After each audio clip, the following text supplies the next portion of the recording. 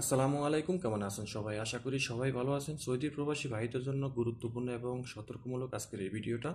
যারা সৌদি আরব থেকে বাংলাদেশে যাবেন ছুটিতে কিংবা ফাইনাল এক্সিটে, তাদের জন্য। তো সৌদি আরবের সিভিল এভিয়েশন থেকে প্রকাশিত একটি গুরুত্বপূর্ণ তথ্য এবং নিষেধাজ্ঞা। আপনি সৌদি আরব থেকে যাওয়ার সময় 30টি পণ্য সাথে করে নিতে পারবেন না।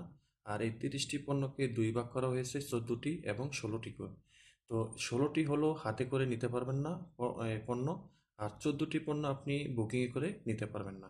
আপনি যদি এই ধরনের প্রোডাক্টগুলো আপনি নিতে যান, তাহলে এয়ারপোর্টে যখন স্ক্যানিং করবে বা চেকিংয়ে যাবে, তখন দেখা গেছে আপনার ব্যাগ কাটা হবে, এগুলোকে বের করতে হবে, আপনি বিভিন্নভাবে হ্যারেস হবেন। তো তাই আমি আপনাদেরকে সাজেস্ট করব যে আপনারা সৌদি আরব থেকে যাওয়ার আগে বা যাওয়ার পূর্বে আপনি অবশ্যই এই এই জিনিসটা জানবেন যে আপনি কি কি নিতে পারবেন বা কি কি নিতে পারবেন না, কোন জিনিসটা অ্যালাউ বা কোন জিনিসটা নট অ্যালাউ।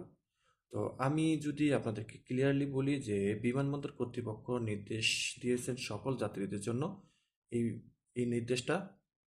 তবে এটা বিশেষভাবে এই বর্তমান হজ যাত্রীদের জন্য খুবই গুরুত্বপূর্ণভাবে দেখছেন, যে নিষেধ করেছেন তাদেরকে, যে তারা যেন এই 30টি পণ্য তারা কোনোভাবেই এই সাথে করে নিয়ে এই বিমানে বহন না করতে পারেন। তো এর মধ্যে তারা যে 30টি পণ্যকে দুই ভাগ করছে, 16টি এবং 14টি করে। তো 14টি হলো 16টি হলো হ্যান্ড লাগেজে করে।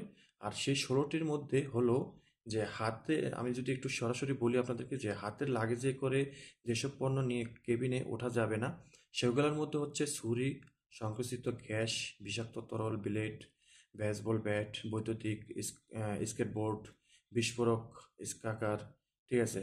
তারপরে চৌম্বকীয় পদার্থ, তেজস্ক্রিয় বা আহ, ক্ষয়কারী উপাদান, যে কোনো বিপজ্জনক সরঞ্জাম আপনি হাতে করে বা হ্যান্ড লাগেজে করে আপনি বহন করতে পারবেন না। ঠিক আছে? যদি আপনি ভুলে চুলে যদি এগুলা নিয়ে থাকেন, তাহলে এয়ারপোর্টে হ্যারেস হতে হবে বা এগুলাকে বের করে ফেলে দিতে হবে।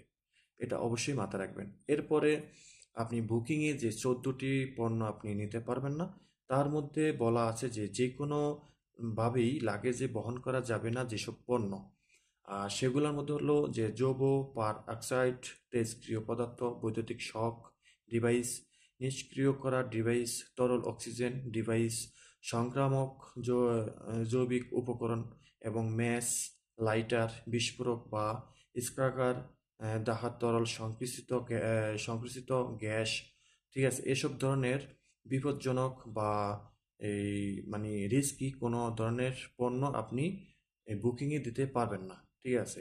তো আপনারা যারা সৌদি আরব থেকে যাবেন, তারা অবশ্যই এই জিনিসটা মাথায় রাখবেন, কারণ আমরা সৌদি আরব থেকে যাওয়ার সময় আমরা অনেক কিছু নেওয়ার জন্য শখ করি, কিন্তু এখন আর সেটা হচ্ছে না।